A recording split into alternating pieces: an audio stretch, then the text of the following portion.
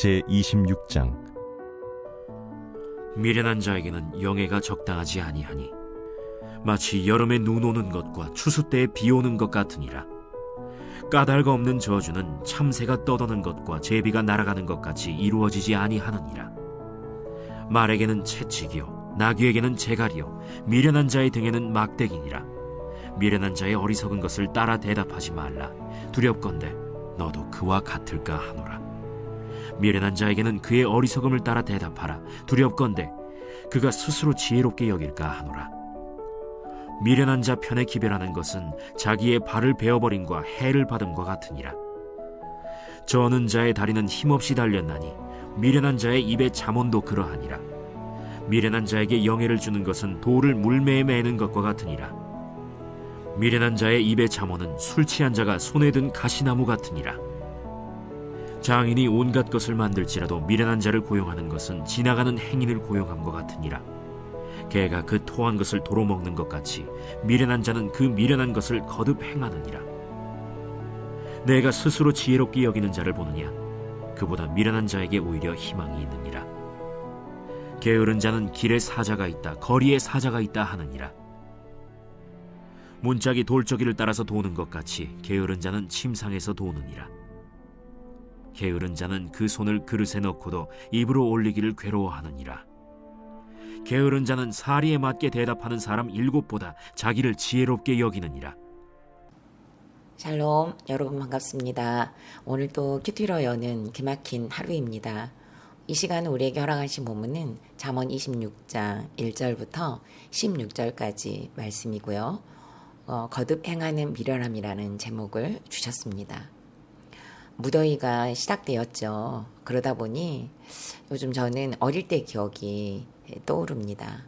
어느 여름날 동네에 요란한 아저씨의 목소리가 굉장히 우렁차게 들렸습니다.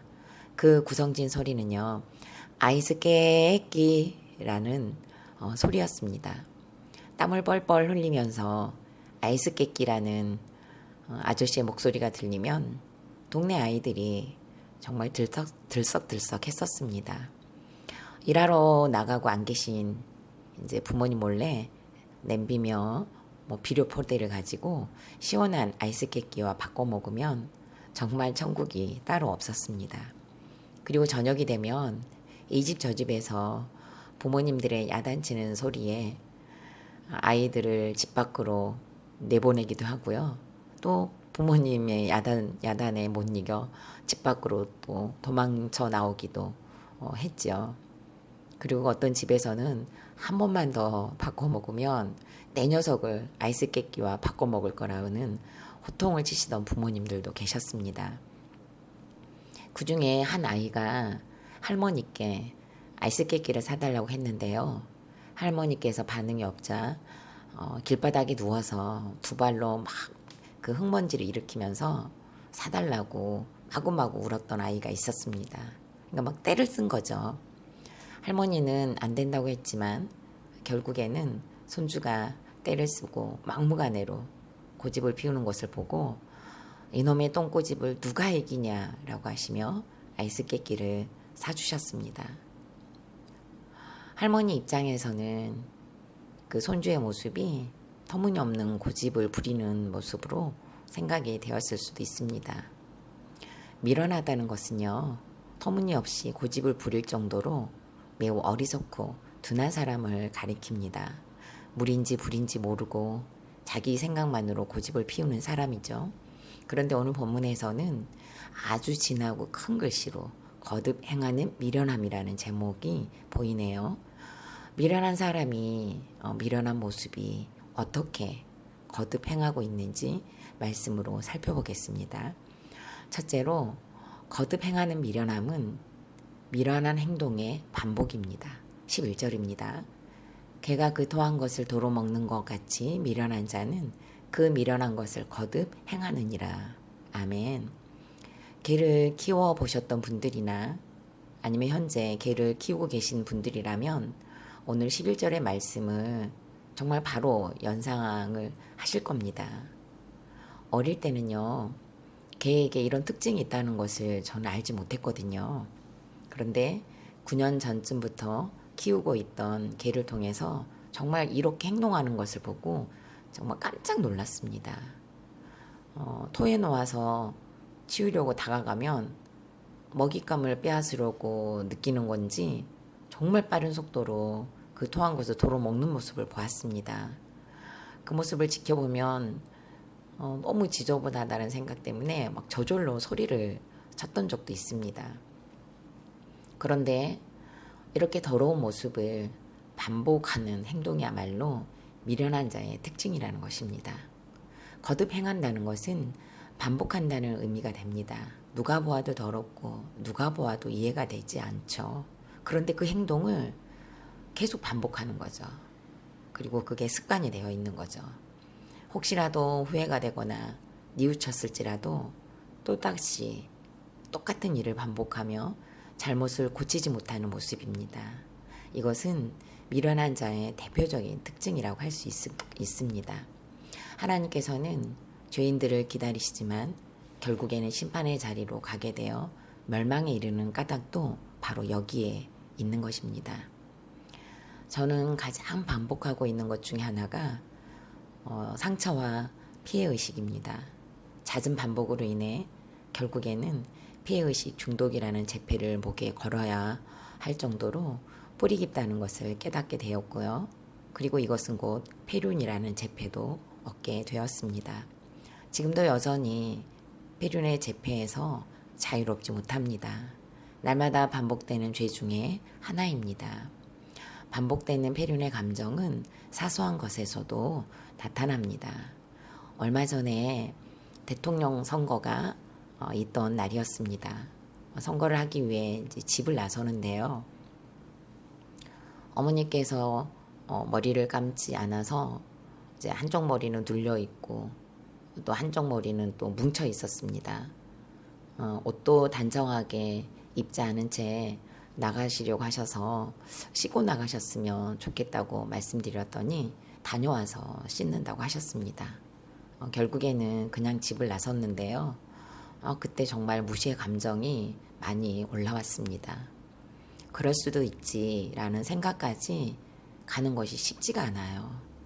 얼마든지 가능한 일이잖아요. 그런데도 이해하기보다는 무시하는 감정이 더 빨리 너무 쉽게 반복되는 저를 보았습니다. 거듭 행하는 폐륜의 미련함, 이것은 저에게 사랑이 없고 이해심도 없는 폐륜이 반복되고 있습니다. 반복하고 있는 미련함에 은혜가 덧입혀지기를 간절히 바라는 시간입니다. 질문합니다. 개가 그 토한 것을 도로 먹는 것처럼 반복하고 있는 것은 무엇입니까? 반복되는 악한 습관이나 중독으로 심판에 이르게 되었던 사건이 있습니까? 두 번째로는 거듭 행하는 미련함은 교만입니다. 12절입니다. 내가 스스로 지혜롭게 여기는 자를 보느냐? 그보다 미련한 자에게 오히려 희망이 있느니라. 아멘. 스스로 지혜롭다고 생각하는 사람은 진실로 지혜로운 사람이 아니라는 것을 드러내는 것이죠. 자기 착각에 완전히 빠져 있다는 것을 말해줍니다. 자신의 부족함을 깨닫지 못하고 자기 도취에 빠져 있으니 정말 교만한 모습이라고 할 수 있습니다. 주제 파악을 하지 못하고 분수를 하지 못하는 사람이죠.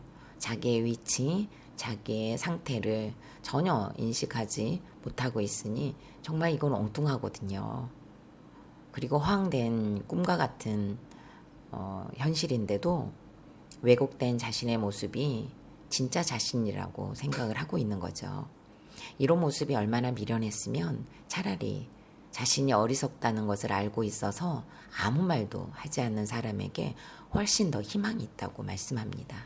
교만은 하나님의 자비를 전혀 기대할 수 없도록 가로막는 패역한 상태, 가증스러운 상태를 말합니다. 솔로몬은요, 잠언 16장 18절에서 교만은 패망의 선봉이요 거만한 마음은 넘어짐의 앞잡이라고 했습니다. 그리고 또한 18장 12절에서는 사람의 마음의 교만은 멸망의 선봉이요 겸손은 존귀의 길잡이라고 했습니다. 그리고 19장 23절에서는 사람이 교만하면 낮아지게 되겠고 마음이 겸손하면 영예를 얻을 것이라고 하셨습니다. 누가복음 1장 51절에서는요. 교만한 자들을 흩으셨다고 하셨습니다. 사무엘상에서는 자신의 상태를 인식하지 못하고 착각하여 왕의 자리에서 흩어짐을 당한 왕이 소개가 되고 있습니다. 바로 이스라엘의 일대왕 사울입니다. 15장 11절에서는요. 내가 사울을 왕으로 세운 것을 후회하노니 그가 돌이켜서 나를 따르지 아니하며 내 명령을 행하지 아니하였음이니라 하신지라라고 말씀을 하십니다. 하나님께서 후회하실 정도로 그래서 왕의 자리에서 흩으셔야 했던 교만이 사울에게 있었습니다. 사울 왕이 거듭 행했던 미련한 모습은 교만이었습니다. 처음과는 달리 하나님께 돌이켜서 하나님을 따르지 않았습니다. 아말렉과의 전쟁에서 분명하게 하나님께서는 모든 소유를 남기지 말고 진멸하라고 하셨거든요. 그러나 사울은 자기가 보기에 좋은 것들은 남겼습니다. 자기가 보기에 하찮은 것들만 골라서 진멸을 했습니다. 이렇게 하나님의 명령을 따르지 않았습니다. 하나님께서는 사울의 이 모습을 보고 점치는 자와 같고 우상에게 절하는 죄와도 같다고 하신 후에 왕이 여호와의 말씀을 버렸다고 하셨습니다.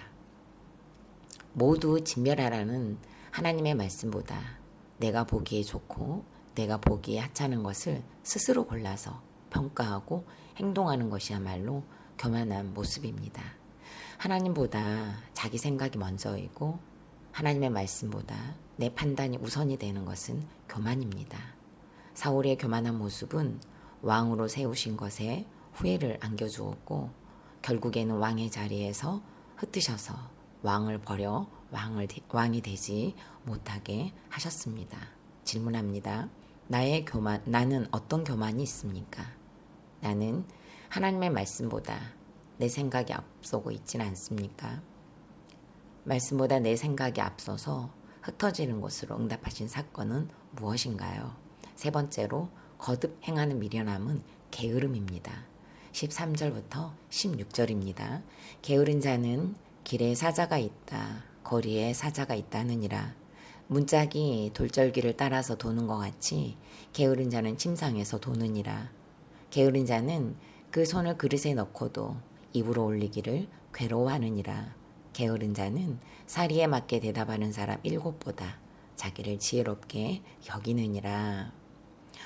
방금 읽어드린 13절부터 16절까지의 말씀을 읽고 또 읽어도 어쩜 이렇게 게으른 자의 모습을 디테일하게 설명을 해 놓았는지 정말 다시 몇 번이나 읽어도 공감이 팍팍 되는 말씀입니다. 본문을 읽으면서 나 자신을 떠올릴 수도 있을 것이고요. 아내나 남편, 부모님이나 자녀가 선명한 사진처럼 떠오를 수도 있습니다.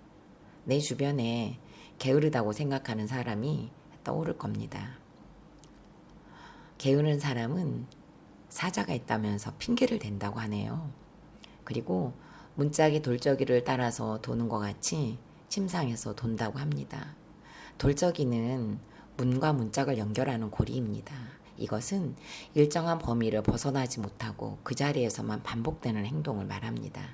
결국에는 침대나 소파에서 꼼지락거리기만 하는 행동을 묘사하고 있죠.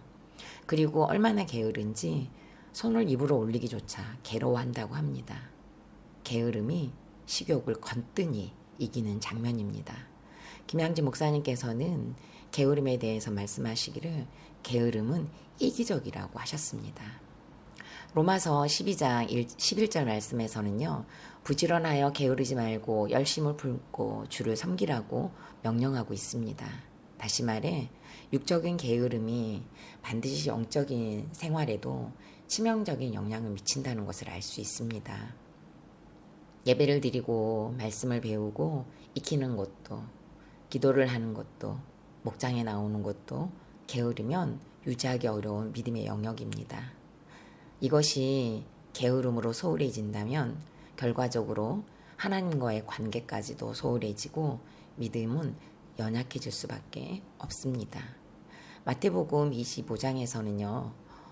열처녀의 비유가 있습니다. 예수님께서는 이 열처녀의 비유를 통해 깨어 기다리지 않고 나태하게 있던, 즉 게을렀던 5처녀의 어리석음을 지적을 하셨습니다. 5처녀는 신랑을 맞이할 준비를 하지 않고 기름을 준비하는 일에 게으름을 부렸습니다. 게으름은 영적 나태함과 방심으로 인해 구원의 기회를 잃어버린 안타까운 사건을 교훈하고 있습니다. 또한 달란트 비유도 있습니다. 세 종 중 한 종은 받은 달란트를 땅에 묻어두고 아무런 일도 하지 않잖아요. 게으른 종은 주인이 돌아왔을 때 심판을 받습니다. 주인은 이 종을 향해 악하고 게으른 종이라고 책망을 하셨습니다. 그에게 주었던 달란트를 빼앗아 열매를 맺은 다른 종에게 주셨습니다. 게으름은 심판을 부르는 앞잡이가 되고 하나님의 백성에게 부여하신 구원과 거룩의 사명을 놓치는 매우 위험한 영역입니다. 우리 모두 게으름의 자리에서 말씀의 자리로, 기도의 자리로, 묵장의 자리로 움직일 수 있는 은혜를 덧입는 오늘 하루가 되셨으면 좋겠습니다. 질문합니다. 나는 부지런합니까? 게으릅니까? 나는 무엇에 부지런하고 무엇에 게으릅니까? 나의 게으름으로 인해 구원과 거룩이 더디오고 있는 것은 무엇입니까? 마지막으로 6월 17일 보석 상자입니다. 나에게 끊임없는 영적 전쟁이 오는 것은 죄책감을 느낄 일이 아니라 내가 살아있다는 증거입니다. 종류가 다른 영적 싸움이 날마다 찾아온다면 내가 잘 걸어가고 있다는 신호로 알고 감사해야 합니다. 아멘. 다 같이 기도드리겠습니다. 살아계신 하나님, 여전한 하루를 선물로 주셔서 감사합니다. 거듭 행하는 미련한 모습이 저에게는 여전히 끊어지지 않는 중독이 되어 반복되고 있습니다. 친정어머니의 사소한 모습 하나도 이해하지 못한 사랑 없고 매정한 딸의 현주소입니다. 반복되는 무시의 감정이 패륜으로 나타나고 있습니다. 이런 저를 용서하여 주옵소서. 자기 자신을 알지 못하고 하나님을 떠난 사울왕의 모습은 교만하여 왕의 자리에서 흩으시는 삶의 결론을 가져왔습니다. 왕을 세우신 것을 후회하셨고 영적 지도자였던 사무엘에게는 근심이 되었습니다. 날마다 말씀을 보며 나의 죄를 보게 하시고 공동체를 통해서도 나 자신을 보는 힘을 주셔서 나의 연약함과 악함을 인정하는 은혜를 주옵소서. 거듭 행하는 미련함은 게으름이라고 말씀하신 하나님, 육적인 게으름이 영적 생활에도 치명적인 영향을 미친다는 경각심을 가지고 오늘도 나를 일으켜 말씀 앞으로 가는 힘을 주옵소서. 우울과 무기력으로 전쟁을 치르고 있는 지체들에게 힘을 주셔서 말씀에 힘입어 한 걸음을 떼게 하시고 씻을 수 있는 힘도 주시옵소서.